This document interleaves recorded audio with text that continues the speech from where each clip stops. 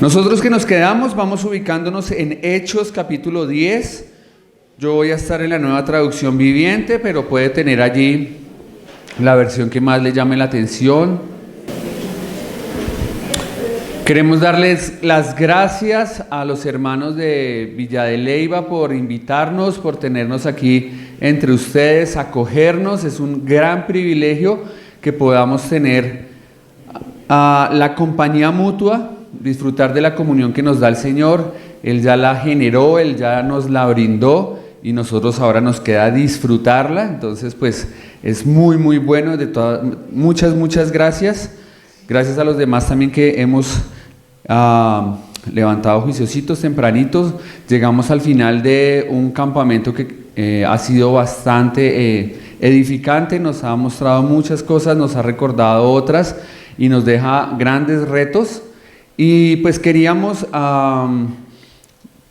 para esta charla devolvernos un poquito en la historia. Estábamos avanzando en Hechos y llegamos hasta el capítulo 17 y nos vamos a devolver un poquito al capítulo 10 para retomar un tema allí, algunas cosas que la palabra del Señor nos enseña. Entonces, como les decía, estamos en Hechos capítulo 10, versículos 34 al 44. Les voy a pedir que muy juiciosamente allí lean esos versículos, léanlos con la persona que está al lado o léanlos usted allí solito, con calma, no tenemos afán, no hay pico y placa regional, no se preocupen. Entonces léanlo allí. Lo importante es que podamos tener la idea general. Bien. Listo, muchas gracias. Entonces, para ponernos un poquito en contexto, ¿qué está sucediendo? ¿Quién es el orador principal en este pasaje? Pedro, ¿cierto? Él es el orador. No digo que el protagonista porque pues finalmente es Dios el protagonista, pero es Pedro el que está transmitiendo el mensaje. ¿En casa de quién está? ¿Quién sabe? De Cornelio. ¿Quién era Cornelio? Un oficial romano. ¿Estaban en qué ciudad? ¿No lo dice ahí un poquito antes? En Cesarea, ¿sí? Entonces, ¿qué está pasando? Unos versículos antes nos narran que Cornelio, que era un hombre piadoso, recibe una visión en la cual le dicen: haga llamar a Simón Pedro, que está en tal ciudad. Él tiene un mensaje importante que comunicarle a usted y a su familia. Entonces, Cornelio, muy obediente, manda llamar a este señor Simón Pedro. Mientras tanto, en otro lugar del planeta, está Pedro con hambre, y a diferencia de mí, cuando Pedro tenía hambre, subió a la azotea a orar. Cuando yo tengo hambre me pongo de mal genio, ¿sí? Entonces tengo que aprender de Pedro. Entonces Pedro subió a la azotea a orar y estaba allí, y también tiene una visión en la que se le dice que van a llegar unas personas a buscarlo y que debe obedecer e ir con ellos a donde le digan. Entonces ya ha pasado todo esto, llegaron las personas, se encuentran con Pedro, viajan y llegan a Cesarea, y está ahí el público pendiente, atento a ver qué es lo que Pedro tiene que decirles. Y aquí entramos en el versículo 34. Entonces ese es el contexto, y veamos ahora entonces, lo que quiero que primero hagamos. Sí, yo creo que es más fácil. Lo que creo que primero podemos hacer es tener en cuenta algunas consideraciones previas al mensaje de Pedro. ¿Listo? Entonces vamos a tener 3 consideraciones para los que les gusta tomar nota. 3 consideraciones previas al mensaje de Pedro. Luego vamos a tener el mensaje de Pedro condensado. Y finalmente vamos a ver el mensaje de Pedro en detalle, 4 puntos. ¿Cómo es el orden entonces? 3 consideraciones previas al mensaje, luego el mensaje condensado, y luego en detalle de ese mensaje vamos a ver 4 puntos de ese mensaje. Primero las consideraciones. Leamos el versículo 34. Lo voy a leer, como les digo, de la Nueva Traducción Viviente. De pronto allí me ayudan. Eso, exacto. Entonces Pedro respondió: Entonces Pedro respondió. En la versión Reina Valera dice Pedro abriendo la boca, si no estoy mal.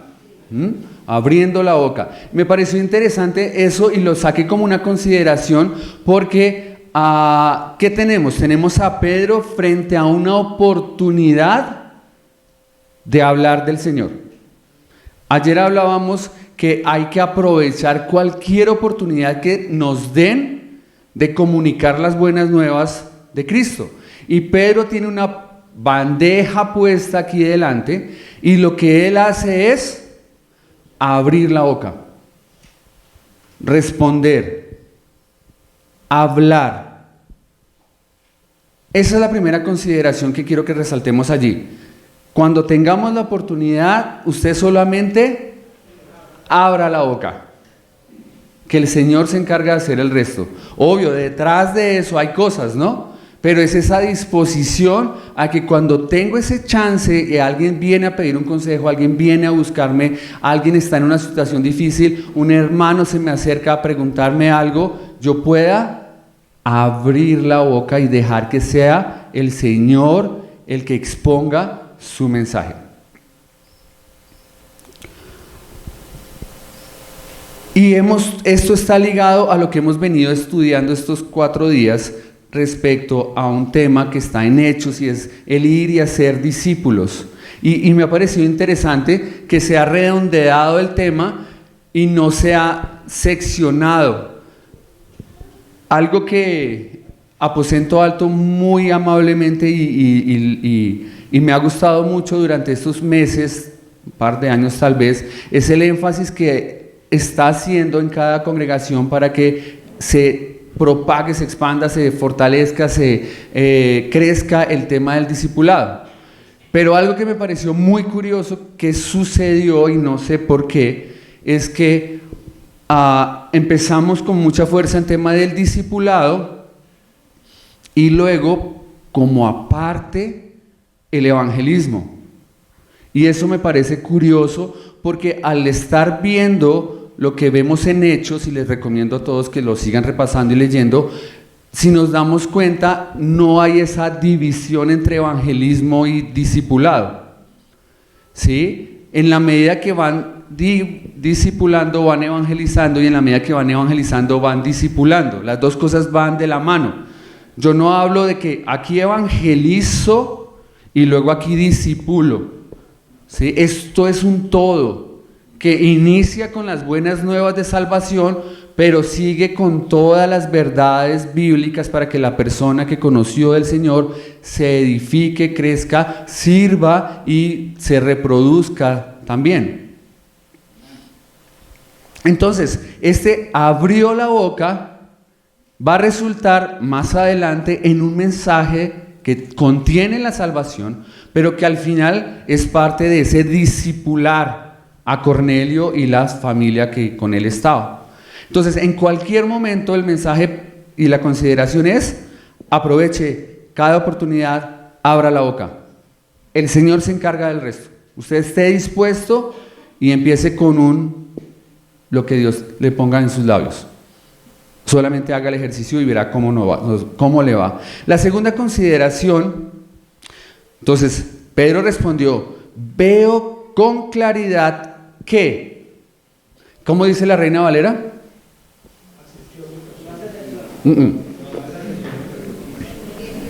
No lo completen. Lean lo mismo que yo leí, pero en su versión. Veo con claridad que. No completen. Lean lo que yo leí, pero en su versión. Veo con claridad que en verdad comprendo. ¿Sí? No lo completamos. En verdad comprendo. La segunda consideración que veo es que para que Pedro tuviera que decir, tuvo primero que ver con claridad, comprender. Y eso lo vemos en los versículos anteriores. Él tenía un nudo en la cabeza. ¿Y por qué tenía un nudo en la cabeza? Porque para él los judíos eran los salvos, y los judíos era el pueblo elegido, y los judíos, y estando en ese en esa relación con el Señor, en esa comunión con el Señor allí en esa terraza, en los versículos anteriores, Dios le dice: no, Señor, no solo los judíos, todos los pueblos deben ser alcanzados. Todos los pueblos son de mi interés. Todas las naciones están necesitadas del mensaje que debes compartir. Entonces, por eso él dice: comprendo, ahora veo que, y pues da la frase que ya amablemente ustedes dijeron.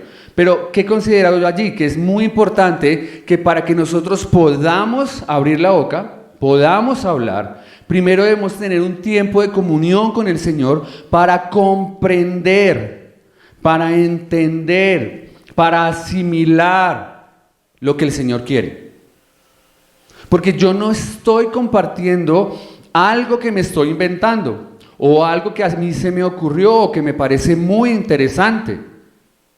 Yo debo compartir lo que a mí se me enseña, que me lo enseña Dios, para poder ser un buen testigo de Él, para poder simplemente hablar las verdades que Él quiere que yo hable.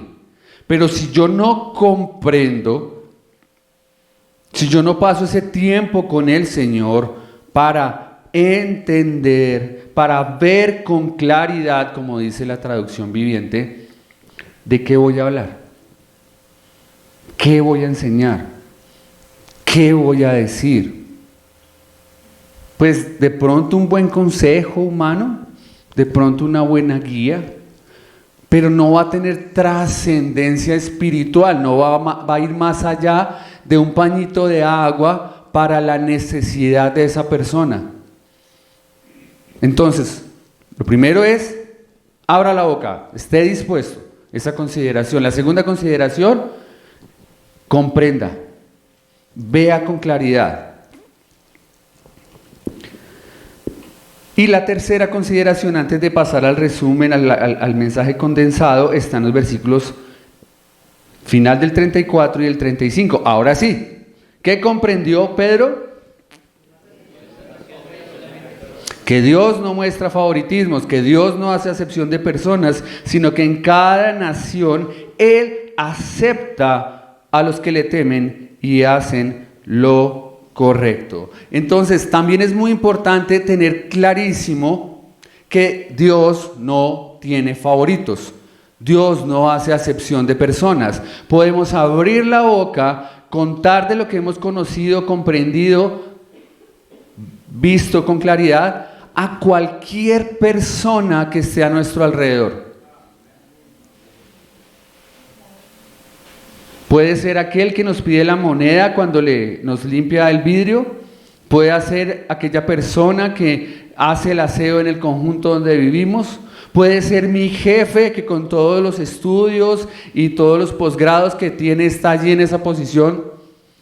Puede ser el señor del bus con el que comparto todos los días el apretón en Transmilenio en Bogotá. Cualquier persona puede recibir el mensaje que Pedro va a dar y que es el mensaje que nosotros queremos compartir y que es lo que hemos recibido del Señor cuando hemos dedicado tiempo a estar con Él.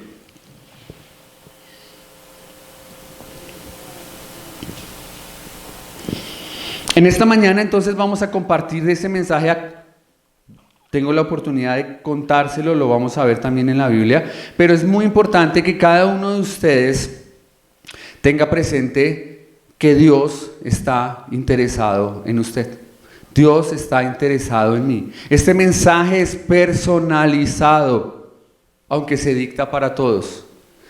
Tiene nombre propio, porque Dios está interesado en cada humano, en cada nación, en cada rincón de este planeta. Que haya un humano, Dios está interesado en ese humano. Y entonces, con esto por delante, dejando esto claro, Pedro nos da su mensaje. ¿Cuál es el mensaje? En el versículo 36, ¿qué dice?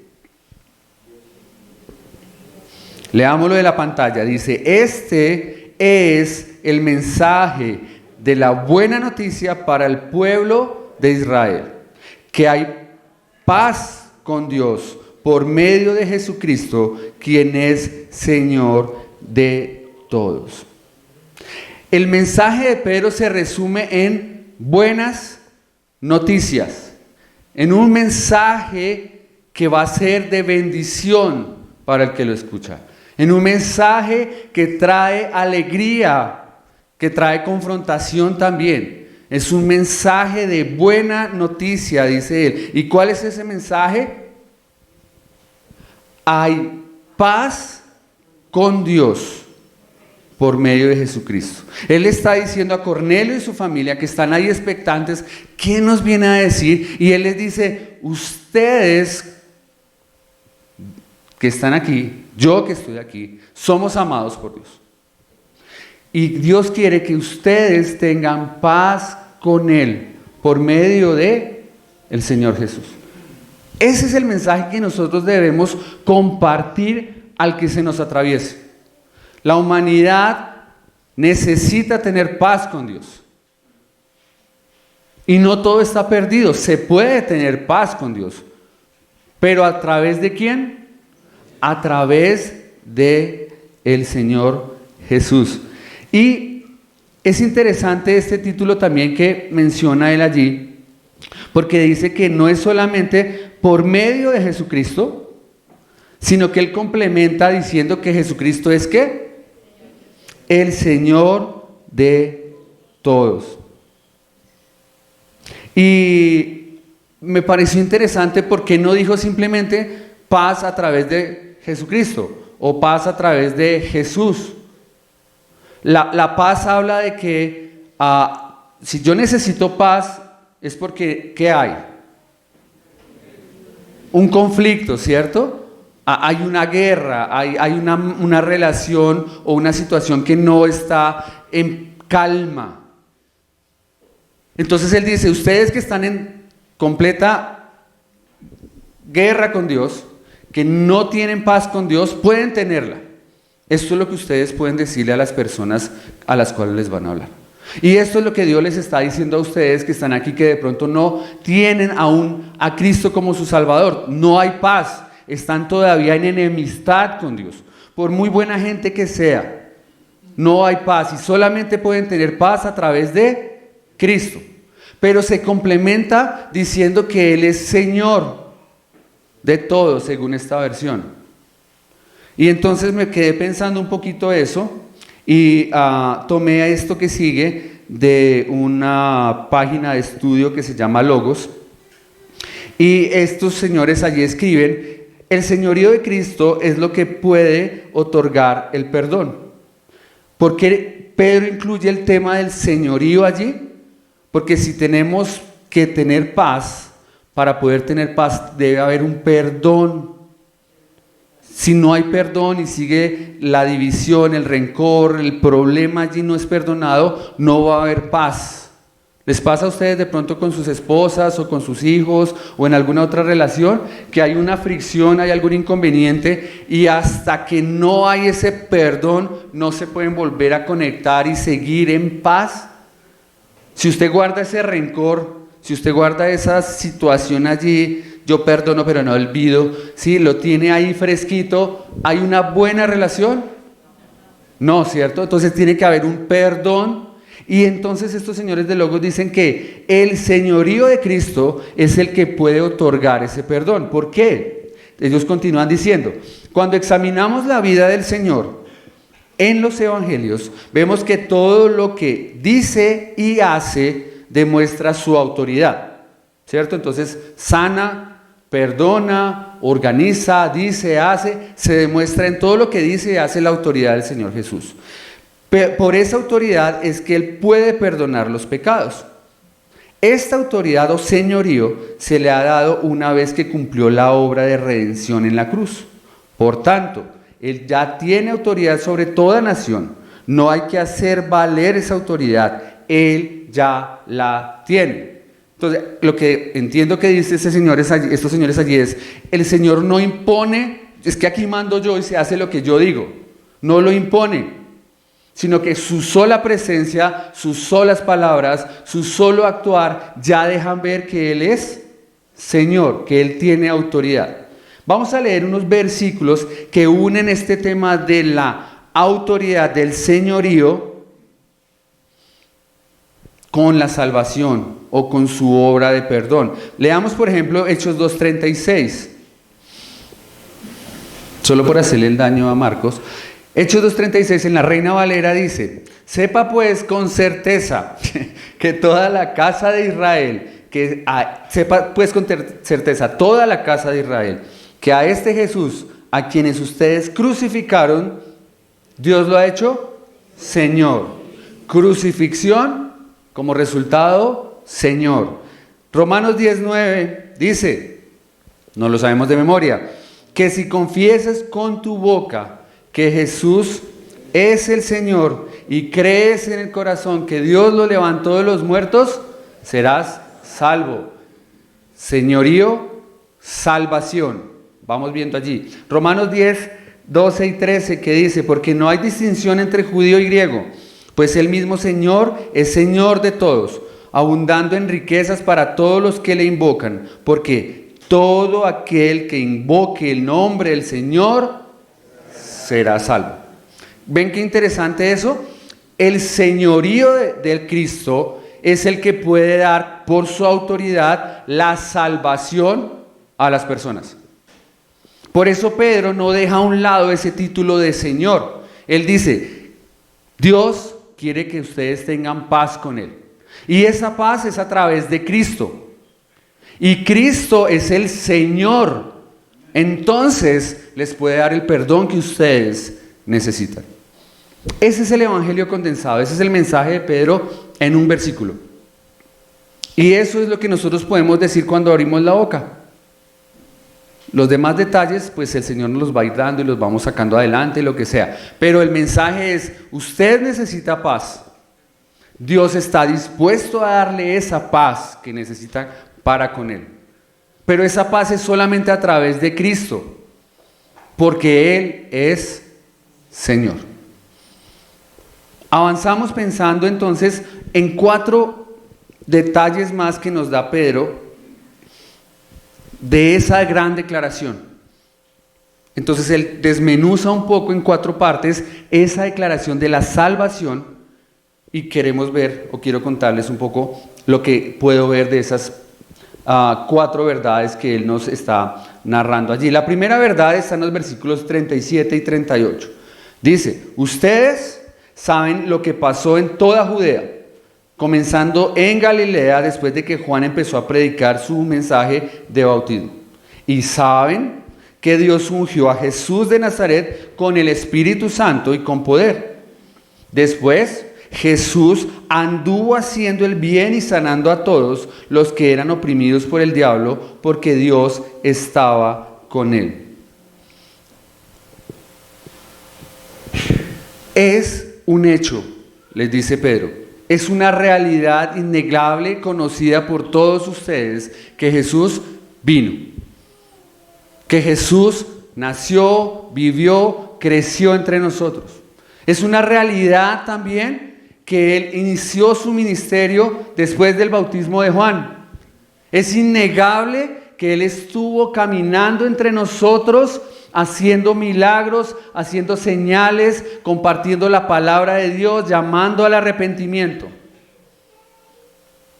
Es innegable la existencia del Señor Jesús. Estamos diciendo que el Señor Jesús, Cristo, es quien puede traer paz para con la humanidad. Entonces Él parte haciendo un zoom a eso, acercándose un poco más a eso y sacándolo aquí delante diciendo, no podemos negar que el Señor Jesús existe.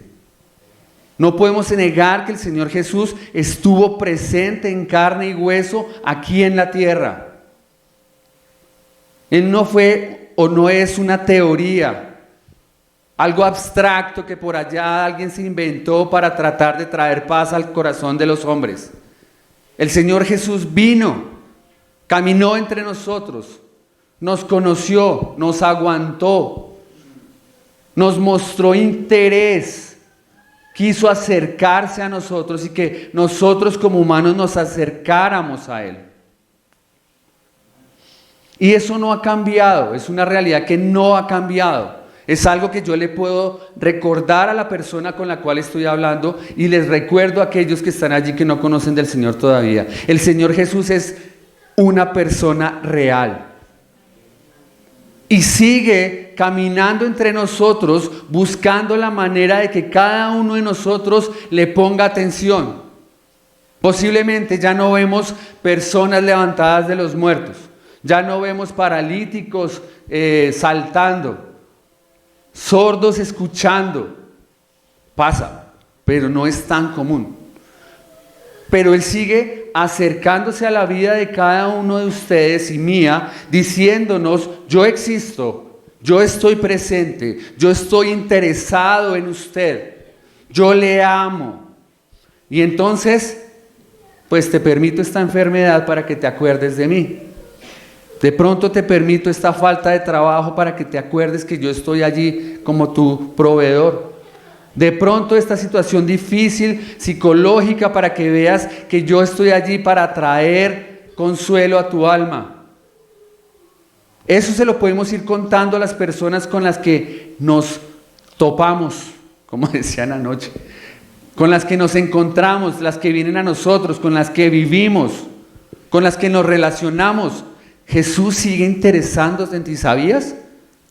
¿Sabías que ese problema con esta persona Dios lo conoce y que el Señor Jesús sabe que lo tienes y quiere que te acerques a Él para que Él te diga qué hacer? Es innegable, dice Pedro. Ustedes lo vieron, ustedes saben de eso. Y aunque han pasado varios años, esa verdad sigue siendo vigente. Es innegable que el Señor Jesús es y sigue interesado en las personas.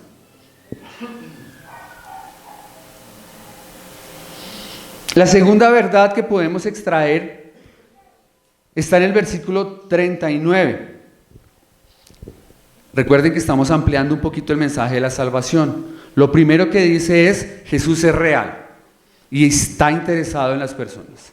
Lo segundo, nosotros los apóstoles somos testigos de lo que Él hizo por toda Judea y Jerusalén. Esto complementa un poco lo anterior, pero al final de este versículo dice: lo mataron colgándolo en una cruz.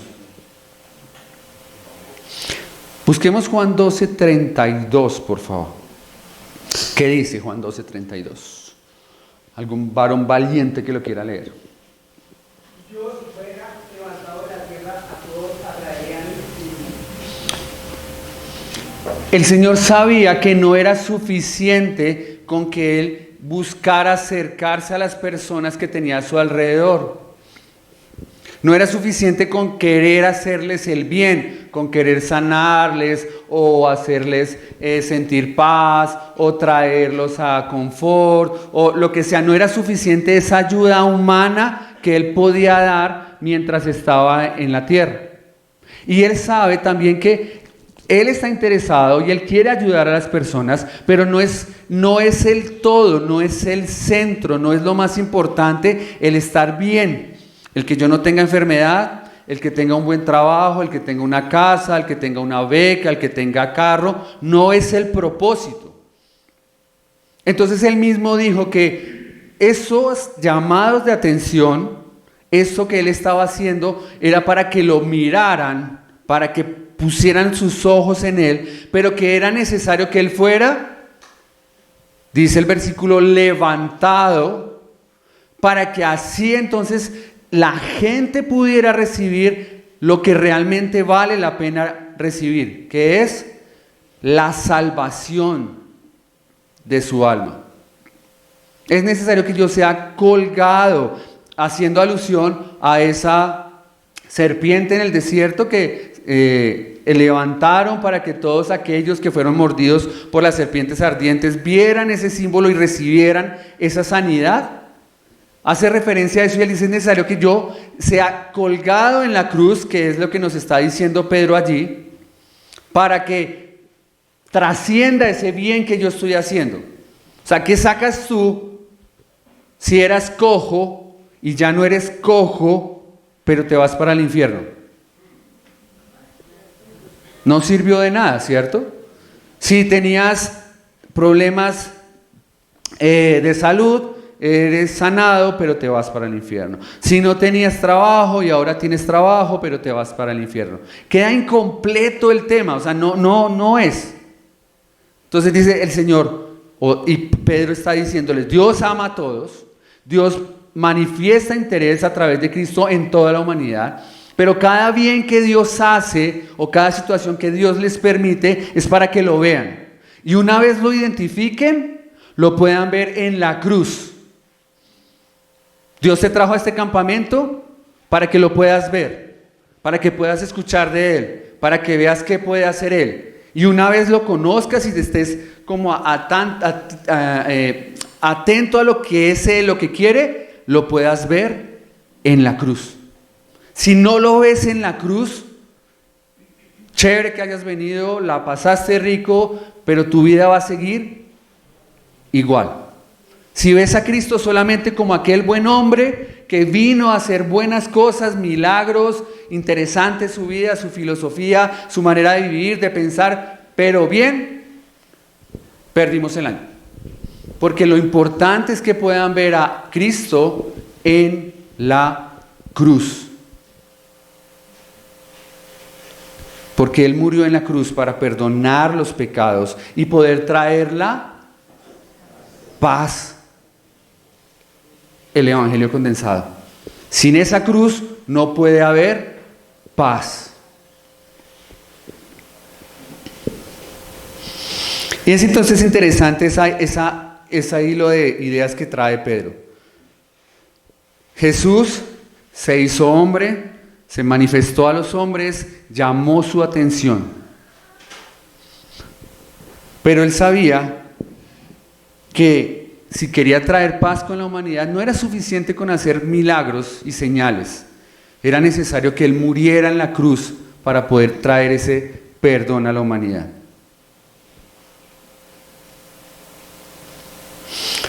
Primera de Pedro 2:24.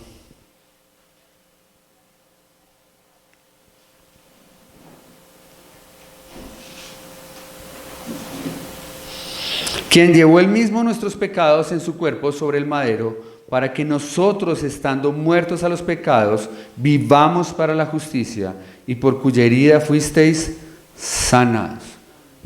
El foco del Evangelio, Cristo crucificado. Vamos a la tercera verdad declarada por Pedro en este mensaje, en este zoom que le estamos haciendo a el versículo 36. Versículos 40 y 41. Pero Dios lo resucitó al tercer día. Después Dios permitió que se apareciera, no al público en general. Perdón, amor, pues por favor, mano, tal vez es del trabajo. Muchas gracias, sí, porfa, perdóname. Versículos 40 y 41. Pero Dios lo resucitó al tercer día después. Dios permitió que se apareciera no al público en general, sino a nosotros, a quienes Dios había elegido de antemano para que fuésemos sus testigos. Nosotros fuimos los que comimos y bebimos con Él después de que se levantó de los muertos.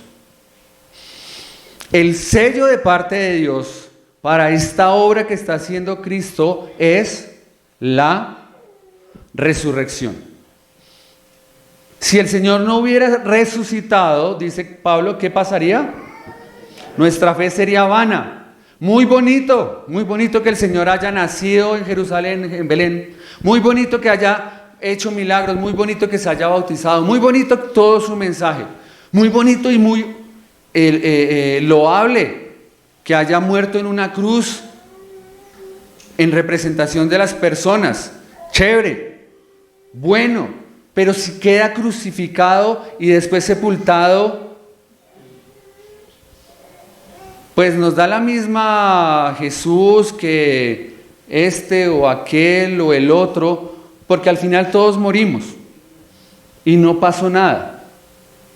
La resurrección que hoy está celebrando la Iglesia Católica, conmemorando, es muy importante para este mensaje de paz para la humanidad.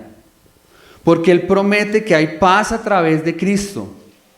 Y solamente puede haber paz cuando hay el castigo por el pecado, cuando la injusticia recibe su premio, cuando todo aquello que va en contra de la santidad de Dios recibe justo castigo.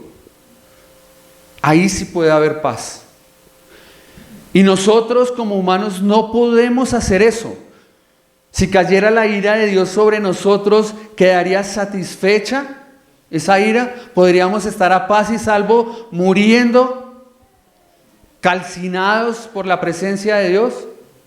Seguiríamos en deuda.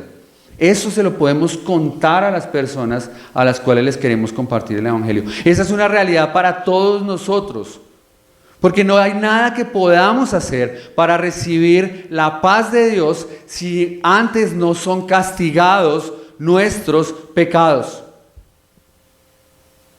Pero Cristo murió en la cruz. Y la resurrección es la evidencia de que en esa cruz quedaron castigados los pecados de la humanidad.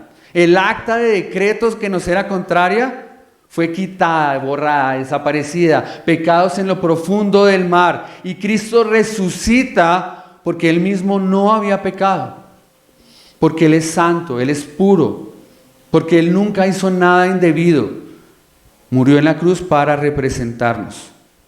Y es interesante que esa resurrección, que hoy en día es muy cuestionada y será así, no, es imposible, yo no he visto a nadie más, eso no pasa, todos morimos, se descompone, eso no sucede.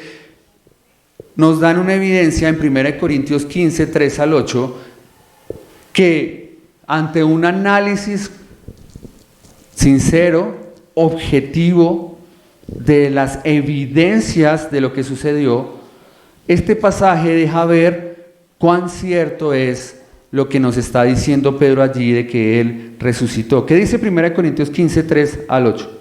Muchas gracias. Yo les transmití a ustedes lo más importante y lo que se me había transmitido a mí también.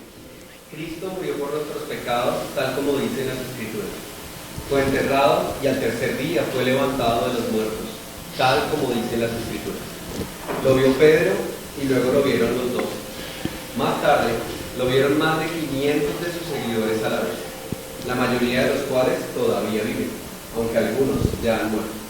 Luego lo vio Santiago y después lo vieron todos los apóstoles. Por último, como si hubiera nacido en un tiempo que no me correspondía, también lo vi. Muchas gracias, hermano. Esto es una evidencia de que la resurrección fue cierta. Cuando se escribe esto, aún había testigos de lo que había pasado. Y se mencionan a más de ¿cuántas personas? Más de 500 personas que vieron lo que sucedió. No es el tema, pero si quisiéramos argumentar y quisiéramos investigar, hacer apologética del tema, esto es una evidencia contundente de que ese hecho fue cierto. ¿Cuántos testigos tienes de que el mono dejó de ser mono y se convirtió en humano? Ninguno. Es una teoría. Aquí estamos hablando de una teoría, estamos hablando de un hecho y le tengo testigos. En un juicio, 500 testigos ya es mucho, demasiado. ¿Cuántos llamarán a un juicio? ¿Cuántos testigos llamarán a un juicio? Para tomar una decisión, ¿cuántos? Así como que uno diga, ya con 3 uno dice, ush, con 500. 500 personas que se pueden parar y decirle a cualquier abogado, o ¿cómo se llama el que está allá adelante? Pues, yo lo vi. Con estos ojitos que se los van a comer los gusanos. Yo lo vi. La resurrección es un hecho, hermanos. No nos dé pena hablar de eso.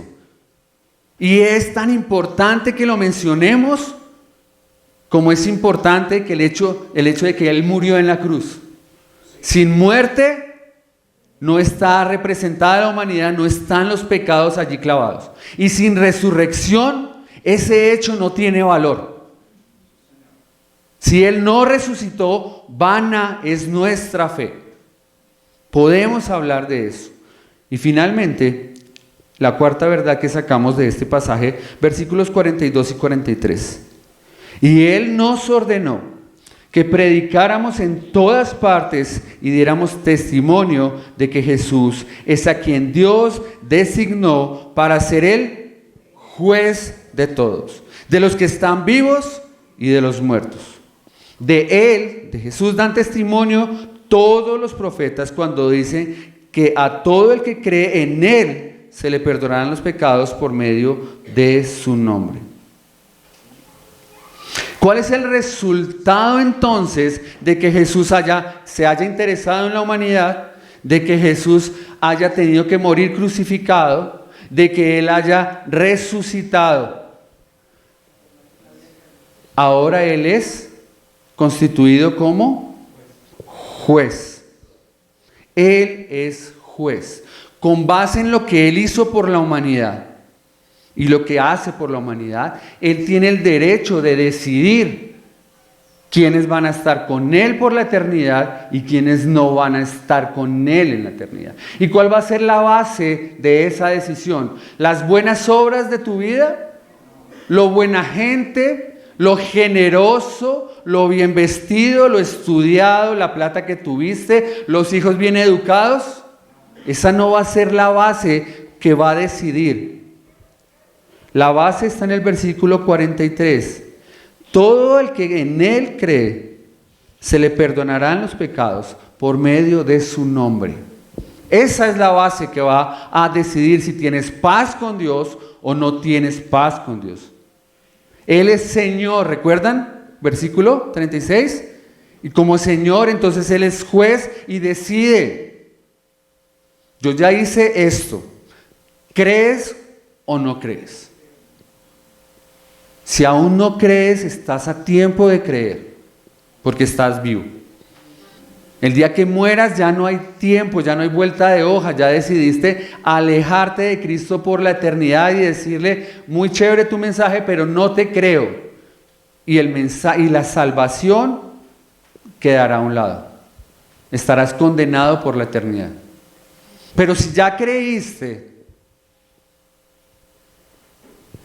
de Él dan testimonio los profetas, dice el versículo 43. Versículo 42, diéramos testimonio. A los que ya creímos nos queda la responsabilidad, la satisfacción, la tranquilidad, el descanso de que ya tenemos paz con Dios, ¿no? Ya se cumplió eso en nosotros. Pero nos queda esa tarea de dar testimonio de que eso sigue vigente. Jesús sigue interesado por ti y por ti. Jesús sigue haciendo cosas para mostrarte tu amor. Jesús quiere traer paz entre tú y Él. Solamente en la muerte de Cristo puedes encontrar esa paz. Solamente por su resurrección estás tranquilo que esos pecados fueron perdonados. Decide y decide bien. Decide por Cristo, porque Él también es juez. Y si no decides con base en lo que debes decidir, vas a estar condenado. Vas a estar lejos de Dios por la eternidad. Ya no vas a tener oportunidad de tener la paz que Él quiere darte. Mis hermanos, nos queda una tarea bien interesante. La responsabilidad de seguir hablando este mensaje. Denlo condensado si quieren, versículo 33. Mire, Dios lo ama, quiere paz entre usted y Él es Señor y lo va a juzgar. O denlo detallado. Dios lo ama, Jesús está manifestándose a su vida, Dios lo está buscando, este problema que tiene lo conduce a Dios. No se preocupe, Él murió en la cruz para que ese pecado fuera perdonado. Delo detallado, delo condensado, pero delo. No se quede callado, no nos quedemos callados, seamos testigos de lo que Él hace y puede hacer y hará por nosotros. Padre, gracias por este mensaje de Pedro. Gracias por la salvación en Cristo. Gracias por la resurrección de Cristo. Gracias porque Él es juez. Gracias porque personalmente estoy a paz contigo. Y ruego que de los que están aquí que aún no están a paz contigo puedan comprender el Evangelio, puedan arrepentirse de sus pecados y encontrar la paz a través de nuestro Señor Jesucristo. Amén.